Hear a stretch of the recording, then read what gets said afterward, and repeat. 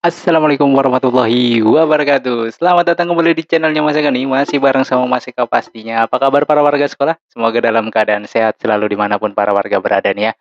Oke, di video kali ini Mas Eka mau berbagi informasi seputaran tentang PIP seperti di judulnya atau di thumbnail-nya ya.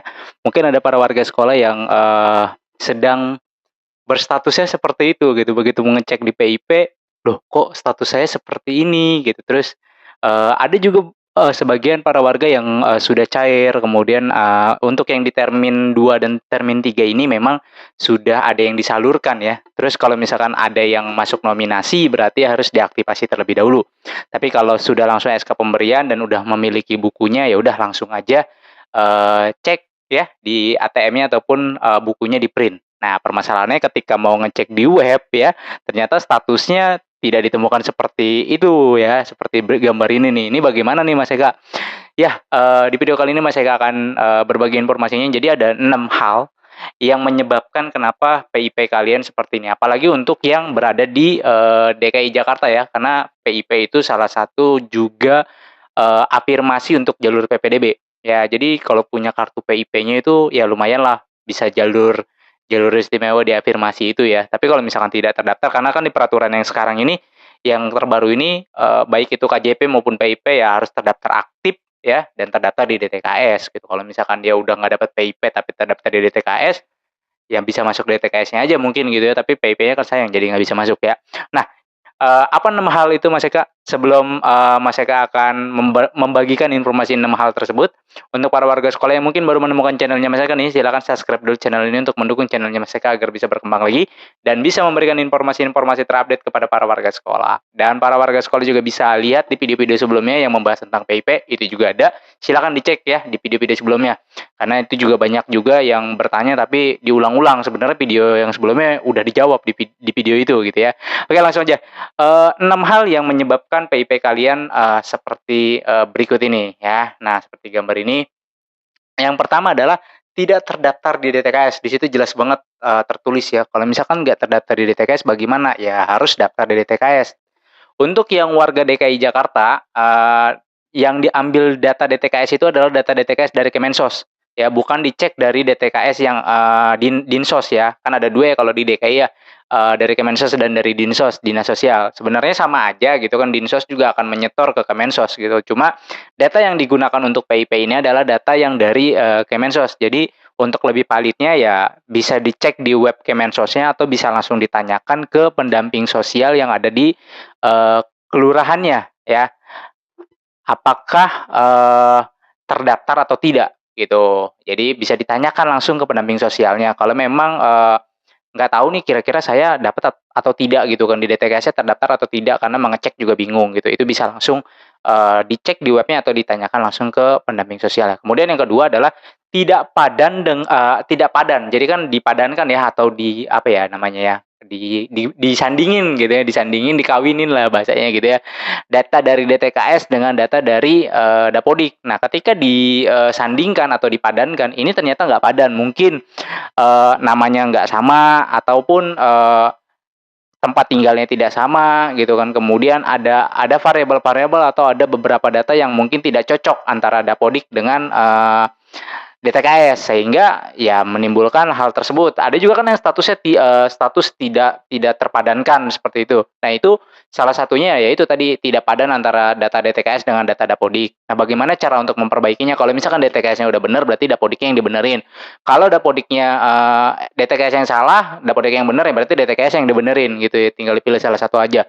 Jadi agar kedua-duanya ini sinkron. Misalkan yang satu di DTKS namanya M gitu ya. M Toha, ternyata di Dapodik namanya Mama Toha gitu ya, Mama Toha.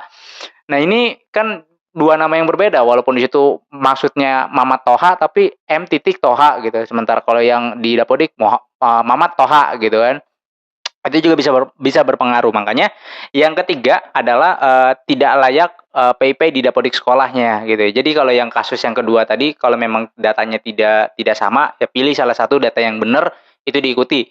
Kalau yang di Dapodik maka nanti di Dapodiknya, nah itu nanti ada di kasus yang bukan kasus, ada di step berikutnya. Ini yang ketiga adalah kalau misalkan tidak layak PIP berarti dia bisa jadi ditandai tidak layak untuk mendapatkan PIP-nya di Dapodik sekolah, gitu kan. Misalkan statusnya, tidak berlaku lagi atau, tidak ditemukan atau tidak layak gitu kan, tidak layak mendapatkan PIP berarti di status, Dapodiknya itu diketik ya, bukan diketik, ditandai sebagai, peserta didik yang tidak layak untuk menerima PIP. Kenapa dia tidak layak untuk menerima PIP? Ya mungkin tidak memenuhi kriteria untuk mendapatkan PIP tersebut. Nah ini yang Mas Eka sering bilang, konfirmasi ke sekolah gitu kan, apakah masih ditandai sebagai penerima PIP atau justru malah, ditandai layak sebagai, tidak layak sebagai penerima PIP gitu ya. Terus yang keempat, data tidak valid di Dapodik. Nah, ini berkaitan dengan yang, nomor 2 tadi gitu ya, datanya tidak sama gitu kan atau tidak padan dengan DTKS dan Dapodik. Kalau misalkan Dapodiknya, yang bermasalah, maka di Dapodik yang diperbaiki. Ini juga banyak kayak, ada beberapa yang nanya di kolom komentar, saya nick-nya berbeda atau namanya berbeda, itu diperbaiki bagaimana? Itu diperbaiki di Dapodik. Nah, di Dapodik perbaikinya bagaimana? Ya itu admin sekolah urusannya, itu perval, PD-nya gitu, perval peserta didiknya diperbaiki sesuai dengan dokumen yang sudah diberikan ke sekolah. Kalau misalkan namanya salah, dilihat dari kartu keluarga atau, aktenya gitu kan. Tanggal lahirnya salah ya dilihat dari kartu keluarga atau dokumen kependudukan yang diberikan ke sekolah gitu kan. Itu disesuaikan, kalau misalkan memang, berbeda ya diperbaiki atau diverval melalui, verval PD gitu ya, itu admin sekolah udah ngerti lah gitu ya.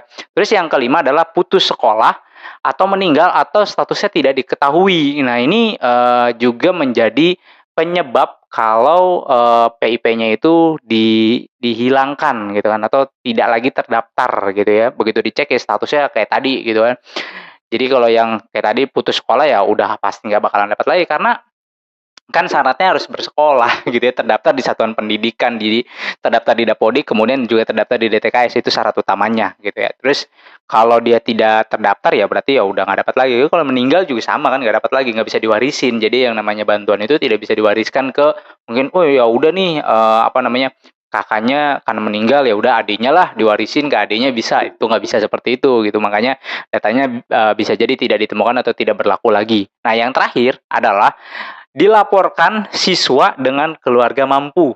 Nah, kok bisa? Ya bisa, gitu kan. Makanya, nggak usah banyak komplain gitu, maksudnya banyak komplain tuh begini, "Oh, dia mah orang orang kaya," gitu kan, "dia mah orang mampu, dia mah mobilnya banyak, kenapa dia dapat PIP?" Nggak usah kayak begitu, laporin aja langsung ya ke pendamping sosialnya ataupun ke sekolahnya.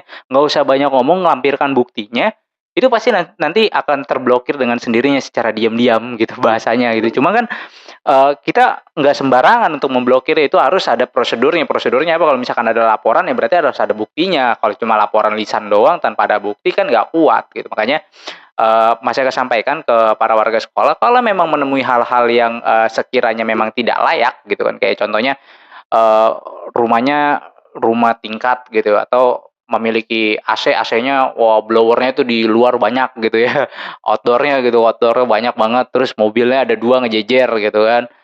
Ya laporin aja dipoto, laporin gitu kan kalau memang dia, ini ada juga yang pura-pura nyamar misalkan ternyata dia, pengusaha gitu ya, misalkan usaha jualan, punya punya toko banyak tapi, pengen ngambil PIP gitu kan, eee, ya mungkin, apa namanya, statusnya 2 atau 3 tahun yang lalu memang ekonominya mungkin di bawah. Nah, karena dia bekerja keras terus ekonominya jadi baik gitu kan, ya sadar diri harusnya gitu kan, ya udahlah, saya udah mampu ya saya lepas PIP-nya. Nah, ini permasalahannya udah mampu, dia sadar gitu kan, tapi PIP-nya tetap diambil. Nah, ini kan kasihan, harusnya bisa digunakan untuk, para warga yang lainnya yang memang membutuhkan gitu ya. Jadi itu para warga sekolah ada 6 hal yang menyebabkan PIP kalian, tidak lagi ditemukan atau tidak lagi terdaftar sebagai penerima PIP di tahun 2023.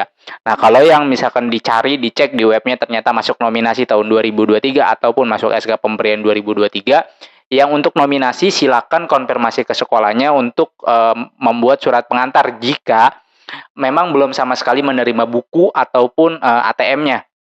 Itu silakan minta, surat pengantar dari sekolah untuk diaktifasi. Karena aktifasi ini kalau tidak salah informasi yang Mas Eka terima itu sampai dengan tanggal 31 Juni, ya bulan ini, gitu kan. Kalau misalkan terlewat ya nanti hangus, kemudian, dananya dikembalikan ke kas negara. Nah ini banyak yang, seperti itu gitu kan. dananya dikembalikan ke kas negara, akhirnya nggak dapat lagi gitu ya. Jadi itu 6 hal para warga ya, mudah-mudahan para warga bisa mendapatkan wawasan lagi atau pengetahuan lagi bahwa, oh oke kalau misalkan statusnya seperti ini, saya harus yang pertama adalah memperbaiki DTKS-nya, kemudian kalau memang DTKS-nya tidak padan ya harus dipadankan terlebih dahulu, kemudian kalau di dapuriknya salah ya diperbaiki gitu ya, seperti 6 tadilah gitu ya.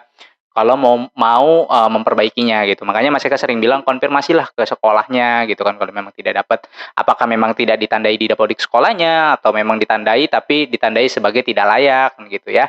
Oke, para warga sekolah mungkin itu aja informasi yang bisa Mas Eka sampaikan. Mudah-mudahan informasi ini bisa bermanfaat. Jangan lupa untuk dibagikan ke para warga sekolah lainnya. Sampai jumpa di konten berikutnya. Wassalamualaikum warahmatullahi wabarakatuh.